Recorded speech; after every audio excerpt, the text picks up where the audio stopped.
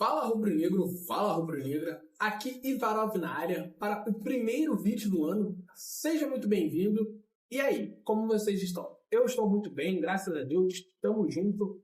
O primeiro vídeo do ano será uma resenha e a primeira resenha do ano será sobre o interesse do Flamengo em contratar Lucas Paquetá.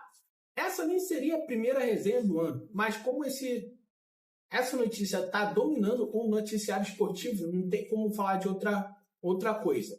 Mas antes de falar o que eu penso dessa contratação, não se esqueça de fortalecer o canal.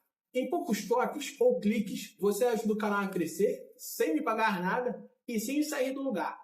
Conto com o seu apoio. Agora, vamos deixar de conversa e vamos logo para o que interessa. Seguinte. Desde o ano passado, em dezembro do ano passado, o Flamengo já acertou com o Lucas Paquetá e com o seu agente, tempo de contrato e salário. Pelas notícias de jornalistas que estão apurando, essa negociação, entre Flamengo e Lucas Paquetá já está tudo certo. Agora é a parte supostamente mais difícil, que é negociar com o West Ham.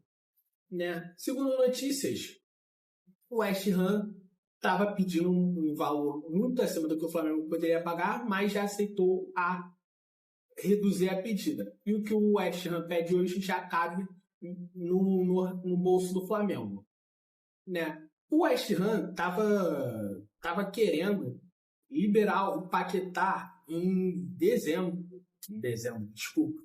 junho, o que seria um absurdo, porque o Flamengo pagar algo ali, segundo o noticiário, 40 milhões de euros, entre 40 e 45 milhões de euros, e receber em junho, porque o West Ham quer continuar com ele por empréstimo, seria um absurdo, porque em junho, ele só vai ter um ano de contrato com o West Ham e o valor de mercado dele ia cair. O Flamengo ia receber, ia pagar o preço de janeiro, então o Flamengo ia sair perdendo. Eu espero que o Flamengo não aceite isso. O Flamengo pague o que o West Ham está pedindo ali, algo entre 40 a 45 milhões, e já consiga trazer ele agora em janeiro. Também, de acordo com algumas notícias, o que me deixou muito surpreso é que o Lucas Paquetá está muito afim de jogar no Flamengo. Ele recebeu propostas do Tottenham e do Chelsea, e ainda assim preferiu voltar para o Brasil, jogar no Flamengo, o que é muito bom, eu fiquei muito feliz em saber disso. Que bom, cara, que bom. Falando do que eu acho da contratação. Bom, não tem uma única linha assim, para ser contra a contratação do Paquetá. Assim, a não ser que você não seja flamenguista, me desculpa. Mas, assim, uma contratação do Paquetá agora, em janeiro, seria excelente. Assim, nem a questão financeira assim me assusta. Eu acho que o Flamengo hoje, a nível financeiro, está muito bem. Se ele entrou nessa negociação, se ele abriu essa negociação, é porque tem condições de pagar.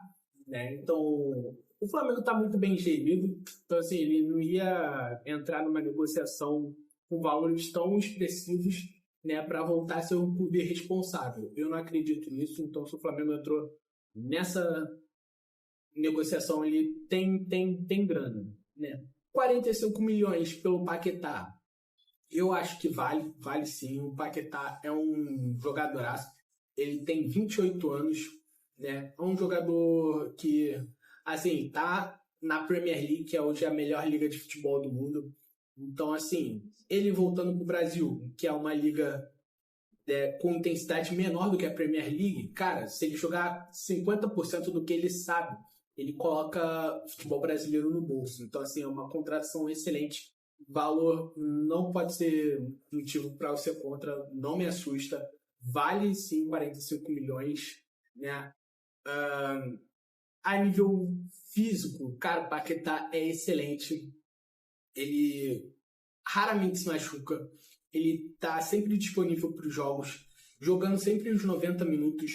Então ele tá sempre jogando todos os jogos. Não é um jogador assim que ele tá precisa de uma produção, né, jogar um jogo aqui, ser preservado o jogo ali. Não, ele está sempre disponível, ele está sempre jogando, e quando joga ele se dedica ao máximo, né? Ele não tem um grande histórico de lesão na panturrilha, lesão na coxa, lesão no tornozelo, não. Ele tá sempre jogando, sempre disponível, isso é ótimo. Então, assim, financeiramente não me assusta, fisicamente não me assusta, porque ele não tem um grande histórico de lesão, né? Taticamente, muito, muito bom. Então, assim, o Paquetá ele pode jogar de primeiro volante, de segundo volante, na ponta direita, na armação, de ponta esquerda. Ele faz todas as funções no meio campo, é excelente, né? Tecnicamente, muito bom. Ele tem um excelente drible, né? Uma excelente visão de jogo, uma excelente qualidade no passe, um bom chute, um bom poder de marcação. Cara, é um excelente jogador que, cara, assim, não tem uma única linha para você ser contra, assim, porque, cara, ele é completo, cara, é novo, tá jogando numa grande liga, pô, ele jogando aqui no Brasil, cara, tem tudo pra jogar em altíssimo nível, né? Assim, a única notícia, não é nem notícia, é assim, a única coisa assim que me deixa um pouco incomodada é com os próprios flamenguistas, que claro, nós estamos eufóricos assim com o possível retorno de um jogador tecnicamente alto nível, como o Paquetá, a gente está eufórico, a gente está torcendo muito para essa contratação, mas quando eu vejo alguns campinhos assim, os flamenguistas assim, lá no X, né, escalando o Paquetá, tá colocando ele na ponta direita. Cara, obviamente que o Paquetá sabe jogar na ponta direita, né? Mas, cara, assim, vendo alguns compilados do Lucas Paquetá, o Lucas Paquetá ou ele tá ali na função de 10, que hoje é o Arrascaeta que exerce, e eu não tiraria o Arrascaeta dali, nem mudaria ele de posição, eu não tiraria ele do time titular e nem mudaria ele de posição pelo 2025 absurdo que o Arrascaeta fez, pela história que ele tem no Flamengo. Eu acho que o nosso camisa 10 uruguaio é o único intocável ali, né, caso venha o Lucas Paquetá. Então, assim, não, ali o Arrascaeta intocável não sai. Então, assim, nos compilados ele tá ali, o Lucas Paquetá tá ali na função de 10, ou ele tá na esquerda. Na esquerda eu não colocaria ele, porque tem o Samuel Lino, né, que assim, obviamente que o Lucas Paquetá é melhor que o Samuel Lino, mas assim, o Samuel Lino é um jogador novo, foi um jogador caro, é um jogador muito bom, que pode sim agregar e muito no Flamengo. Então, assim, tem a possibilidade de escalar os dois? Escala os dois, não vejo problema.